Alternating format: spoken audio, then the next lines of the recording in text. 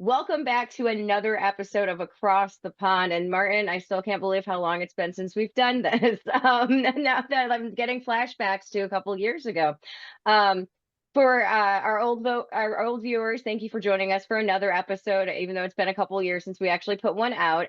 For our new viewers, this is a podcast series that Martin and I started back in 2021. And because he's based in the UK, I'm based in the US. So across the pond and just getting people in the THR sphere on and interviewing them and talking about what's happening. And for people who may not be aware, we just recently did a good cop, bad cop in Panama City, Panama at the Hotel Central, where we were countering what the FCTC of the WHO was doing with their COP 10. And with that, we had over 24 experts from 14 different countries that represented the consumers, the science, and the policy related to tobacco harm reduction around the globe. And Martin and I got back to talking about how we need to reinvigorate our people and bring back the podcast across the pond. So we're back, and we've got one of our good cop experts on it that I'm going to let Martin introduce, actually, because he knows her a lot better than I do. So Martin, take it away for our people. Yeah, thanks.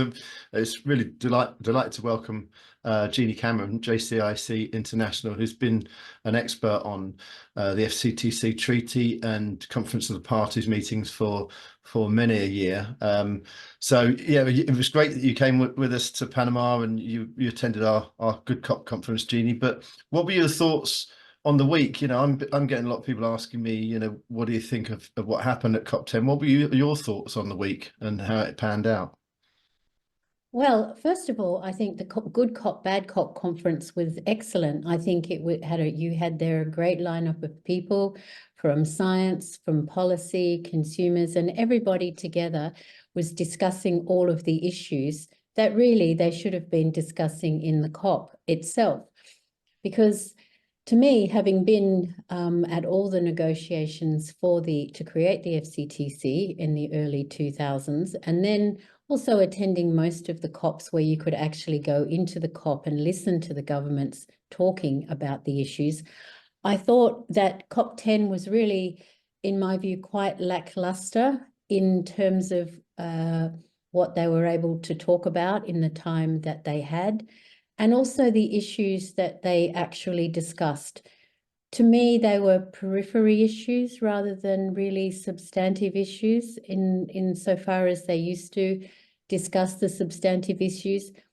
And I thought about why is that? And that's largely because the purpose of the FCTC was to look at and address smoking and combustibles. And to an extent, you could argue that many of the interventions that they proposed at that time in terms of packaging, labeling, taxation, advertising, all of the areas that needed to be addressed rightfully in relation to smoking have been addressed. So what else is there to do? Now, we can come on to what they should have been doing, as I mentioned a minute ago, in terms of what the Good Cop, Bad Cop conference was discussing, which was tobacco harm reduction. But first of all, just to finish what I was saying, that they were discussing periphery issues. So they were looking at Article 19 in terms of liability of the tobacco industry. Well, they didn't really move on from anything much that they've discussed over the years on that issue, although they were trying to move it from the liability of industry's harm to public health to more into the 5.3 domain, trying to link it up with industry interference being the issue of liability. And if you look at that, you think, well, if it was primarily originally the harms done to public health through smoking, well, given that the industry itself is moving away from that in its transformation towards less harmful products, well, then clearly the industry is already reducing its public health liability by doing that. So I think that was a bit of a non-starter issue. And then if you look at Article 18, which was one of the environment articles originally in the FCTC, there was a move by Brazil to separate Article 17, which related specifically to the issues of growers, to the environmental damage. And originally, when the FCTC was considered, they were looking at the environmental damage in terms of tobacco growing and plants and crop rotations. But now they sought to increase that toward including environmental plastics, and rightfully the plastics that are in cigarette butts. But you can see from some of the wording that they are seeking to expand that to include, and some of the words, when you look at it, include like devices and other things which seem to relate to new and novel nicotine products, as well as novel tobacco products, because both are specifically mentioned. So I think, you know, once again, it wasn't a really big substantive issue. Cigarette butts have always been in the frame, but they have really not looked at them to now.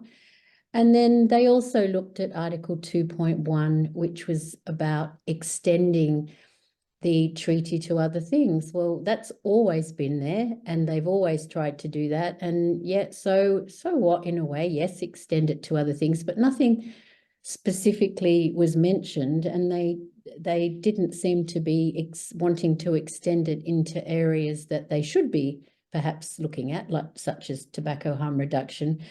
So I felt, you know, as a COP, it really didn't discuss the things it should have been discussing, which was the major and significant declines in smoking that have occurred from implementation of countries using tobacco harm reduction measures.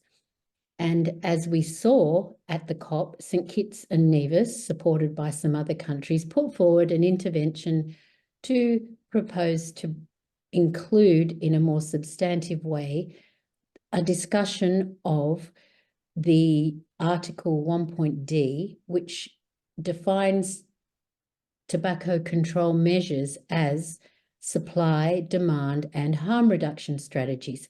But as we know, harm reduction strategies are very rarely discussed. And so St Kitts and Nevis brought this up in quite a significant and lengthy intervention, which was not concluded. No decision was made. So the good thing about it will be that it will be pushed into COP11 potentially, unless it's derailed in a way that we don't know about yet. But the thing I would say to St Kitts and Nevis is that they need to do a lot more work before COP11 to ensure that they have a lot of support in the room from other countries. And I think that's where those of us in the consumer areas, the policy areas, the think tank areas really need to start now, not waiting to just before COP11, but to really circulate the intentions and the policy directions which St Kitts and Nevis has used in its intervention, to say something very simple like, it's highly likely that St Kitts and Nevis will continue to push this intervention in one form or another at COP11, and they are going to need your support. And in that, I would say, where were the countries that harm reduction strategies are really already making a significant difference to their national smoking rates? None of the countries that have that evidence actually spoke up. So we have the UK. The UK's smoking rates have declined significantly since the UK has allowed quite liberally the use of alternative forms of nicotine pouches, vaping products, all options. Unfortunately, not tobacco snus, but still, that has made a huge inroad to the point where the UK is very strongly on track for reaching its 2030 smoke-free objective. It's still got a long way to go, but it said nothing about the fact that new novel products were helping that. And also it just didn't mention tobacco harm reduction at all, really. And then we have Japan. In Japan, which has really embraced heated tobacco products. In 2015, the market was 100% combustible. And now in 2023, that has dropped to 49.9%, which is absolutely significant in such a short time. But did Japan say anything about the benefit of alternative products? No, it didn't. And then we come to Sweden, which is the only country in the world so deemed to be a smoke-free country. And why? Because it has enabled Swedish snus, which it's had for 300 or so years, wouldn't join the European Union in the 70s unless it was allowed to keep it, has a special EU derogation to enable Swedish snus to be sold, and has such significant, has hardly any tobacco-related diseases, and yet it says nothing. So, you know, I think we need to push them a little bit more, as well as many of other European countries. And even in the US, I read just recently that Altria has reported that 35 million up down to 29 million in terms of consumption of cigarettes, which and they're saying that half of the total market is illicit vaping products, and that's risen from 3.5 billion to 4.5 billion in 2023. So a significant decline in compared with the amount of cigarette packs sold in the US due to, although it's illicit, it is still vaping products that are helping people switch. So to sum up, I just think that COP10 was a bit lackluster. I think our conference, or your conference, that that the Taxpayers Protection Alliance hosted, was probably a more relevant one because of the issues being discussed in a lot of depth. And if anybody took notice of that and listened to it, they would have seen a lot more than the posturing and nothing muchness going on at the actual COP itself. I'll just say, you know, when you mentioned about how it was lackluster because they seem to have done most things on tobacco, and I commented as well on the UK. I actually called them cowardly for not mentioning the Swap to Stop campaign, for example, because they mention that all the time in Parliament, and yet for some reason they seem to have completely forgotten about it when they got in front of the WHO. But I'm sure it's something to do with, you know, in the introduction in the opening plenary, Rudiger Kretsch, who's a WHO director, said that the Wellbeing Society has to be a nicotine and tobacco-free society. Now, I thought that was completely out of place at a conference of the parties about a treaty which is to talk specifically about combustible tobacco. Why is he making that switch in policy? And is this what is intimidating all these delegates? It could very well be what is intimidating them, and you're absolutely right, Martin.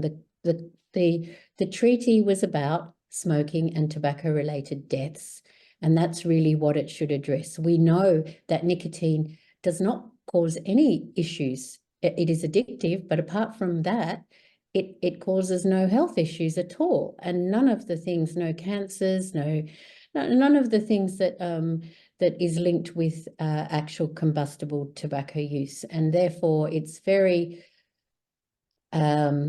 it's underhand of the WHO to be doing that, because it sort of seems to correlate the two without actually specifying very clearly what harm reduction is.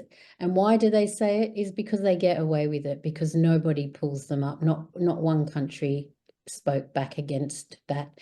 And I do think that the direction of travel from what you see at that COP, but also in all of the media and things that we see in various other countries around, is to try and now demonize nicotine instead of just demonizing smoking. And one could argue that that's because the smoking measures are all in place and really just need to be implemented, and more political will put in where they're not being addressed. And that's probably where the WHO should put focus, because there are still many countries in the world where smoking is rife and they really need to drop that. And that, I think, also is what I would call the double standards in a way of the tobacco monopolies that are in the room in the COP. You know, we've got China, which the CNTC is like 39% of the global market. Everyone says Philip Morris is the largest. Well, it's not. It's the Chinese tobacco monopoly, as well as the Japan tobacco monopoly, as well as Egypt, as well as various other places. And I think they're all in there.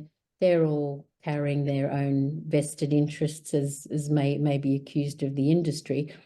But I think more should be heard from consumers, and that countries should take in the views of consumers, and not just what consumers want, but what has actually worked in the science and evidence, of which consumers can actually be that, not just anecdotal evidence, but now real evidence as to how novel nicotine products have worked, rather than demonizing nicotine, because it is actually what people want, and it is what is causing this revolution in a way, and that we could actually see the end of smoking in our lifetime if countries actually got behind really what is happening in the real world.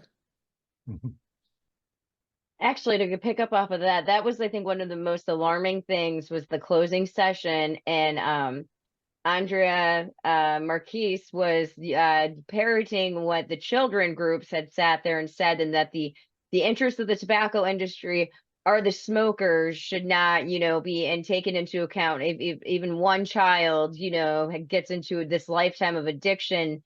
And what's really just troublesome is, first, the amount of children who were present at COP10, and children organizations and youth. And also that, it's these kids, I know, at least when I see them here in the States and they're testifying, it's these kids who never would have smoked. They're not using e-cigarettes. They are pretty much just tattling on their friends, but again, ignoring the adults who are going to be relying on this to be smoke-free, the ones who have already started smoking, but also even the kids who might have been smoking, I don't think are going to ever be smokers. I think that's how it is going to be the next generation that is going to eradicate smoking, because they're not using combustible cigarettes. They're using the other products, and even the rates of them using it, I think everything gets so bungled up. I think that they're still consistently lower than what you were seeing kids in the 90s, and the smoking rates. Yeah, I think you're absolutely right. And all these things that they were trying to sort of pay, it's a gateway, it just, the evidence isn't showing that at all really in any country. And therefore, to bring children into such a forum for such an issue, and to use that as a weapon is really not very good. In fact, if I look back to 2003, to the World Conference on Tobacco Health, which was held in Helsinki, there was a massive effort to bring in youth for that. And they brought in a youth orchestra and some other youth groups to support at that point, which was to the creation, or it was the finalization of the FCTC, but to get behind smoking. So it seems that the WHO does like to, and those that seem to be anti-tobacco harm reduction do like to use youth, but then use the arguments to suit their own ends, when the reality is that they're not actually, there's no evidence for what they are saying, and all of the real evidence is being completely ignored. I don't know quite what it's going to take to bring that science and evidence to the fore. There's so many who say, oh, we need more research, we need more evidence. Well, in my view, we don't need more research and more evidence. I mean, always more research and more evidence is going to help, but it's very clear that the evidence and the science that has come from the research is clearly there right now. And it just needs to be either believed by governments, or have the political will to actually speak up about what is happening in their national territory. Because without that, the WHO is going to continue on its merry way, creating its own merry policy, which is just devoid of any reality. I was that's raised a question with me, because we've criticised the countries that didn't say anything. Like, for example, Canada and the UK, who seemed too timid to mention harm reduction. But there were some countries which did, some of which we didn't expect. Philippines have been good. Armenia mentioned it. There was, I think, Antigua and Barbuda mentioned harm reduction. St. Kitts and Nevis came out of nowhere, of course. Do you think that's going to encourage more delegations next time to say, actually, we can stand up and say these things? It's not forbidden, and maybe we should be a bit more brave when it comes to a COP meeting. Yes, Martin, I think you're right. When I went back after I returned from Panama and I listened to all of the national statements, I was quite heartened to hear those ones that you had said mention harm reduction in a positive way. And I think certainly the Philippines and New Zealand and well, all of them really, they all in their own way expressed it in a very positive light when they did mention it. So I think it can encourage others, and it can certainly provide impetus, or at least it has happened at COP10, but they just need to feel that they can do that. I think, as I was saying earlier, St. Kitts and Nevis is going to need a lot of support from countries when it goes into COP11 to continue with its intervention. And the fact that through the whole week, it was introduced on the Monday afternoon, I believe, and it didn't get resolved through the whole week, which means it's going to pass to COP11. The fact that they didn't let go and they stood firm is indicative that they do have strength, but you can rest assured between now and then that there will be a lot of pressure placed on St. Kitts by the WHO to back away from that, or to not pick it up at COP11. And so I think that's why I think St. Kitts and Nevis needs a lot of support from countries, and a lot of joining up of where others that were saying things can form some sort of coalition and bring others into that. I think that will be really important, and especially from consumer groups in those countries to build that coalition in advance of COP11 from a process and procedural perspective. That's great. That's great. I think you summed it up really well. And just I've only had to ask me and Lindsey just asked 2 or 3 questions, and you've covered a lot. Is there anything you want to ask, Lindsey? I'm all out of questions here. And no, when we're getting towards the end of it, I guess, Jeannie, do you have any final thoughts to you kind of brushed upon it, moving into COP11, what consumers, what all the coalitions can do, any particular countries that we should be kind of emphasizing and rounding up on them, Well, I think the way that these multilateral forums work is regionally based. And as we all saw on the journals, the daily journals, they have a regional WHO meeting every morning. And in the past, they were always very, very important to establish positions and establish what was going to be said during the day, and a course of direction. So I think it will be really important intersessionally now to ensure that within each of those WHO regions, there's 1 or 2 countries that are pro harm reduction, and that they are kind of seen as leaders in there. Now, we on the outside can't necessarily control that, but the consumer groups and think tanks and others who are influential in those various countries within those regions can certainly do that. So if you think, for example, WIPRO, the Western Pacific region, you have New Zealand and you have the Philippines. So that might be quite a strong region for building consensus. I think if you come to Europe, well, you've got the EU, which can go both ways really. But you do have the UK, and you do have Armenia, I think, is in Europe for the purposes of the WHO's regions, but in any way, this can easily be mapped out. I think where extra effort will need to be made is in those regions where there are not particularly strong harm reduction countries, because in order to get consensus, you do need to have all the regions. So in that, I'm thinking CIRO, the Southeast Asian Regional Group. It only has 11 countries, whereas, you know, WIPRO has 90 countries. I think they're not very even in their distribution. And so among that 11 that they've got, you've got India, you've got some very strong anti-countries. So that will be very important to get some consensus built there, and probably also in the African group. I think the Afro group is quite a large group, and it tends to break down between the French-speaking African countries and the English-speaking African countries. But I think there is another area for focus. Yeah, I think it's 52 countries in the African region, I think it is, isn't it? Something like that. Yeah. So, but you know, we didn't really hear anything from there. So I think that will be one to put some effort into.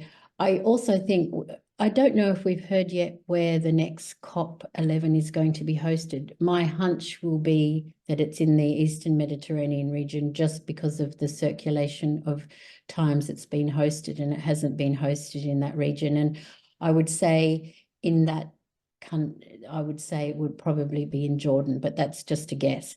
And if it is in that country, and if it is in that region, they will be quite instrumental in what happens, and therefore we would need to build a lot of support in that region as well for harm reduction. And in terms of sort of saying build support, look at research that can show statistics of smoking reductions that have come from using novel and new products, and sort of get the countries more aware, the countries that are in that region more aware of that, and so that they feel confident to speak up about what's happening in their own countries, and therefore in their region, to push things further forward at COP11. Well, that's great. Fantastic, yes. Yeah, that's fantastic. I wish I'd turned my lights on here because it's starting to get dark, so it's probably a good time to wrap up. But thanks, Jeannie. Thanks very much. And you've seen quite nicely. We've got some more of these Across the Pond podcasts coming, and there's a couple of your comments we could start off with other delegates at Good COP conference who we're going to be interviewing. So it's a great start for us. So thanks very much, Jeannie. You're most welcome. And once again, thank you for a fabulous conference in Panama. And I really think the group that has been set up, the WhatsApp group, is great. It's my favorite grouping at the moment, to sort of find out what's going on. And it brings together a whole lot more people to discuss the issues in a way that's nice and informal and collegiate. So well done to you too.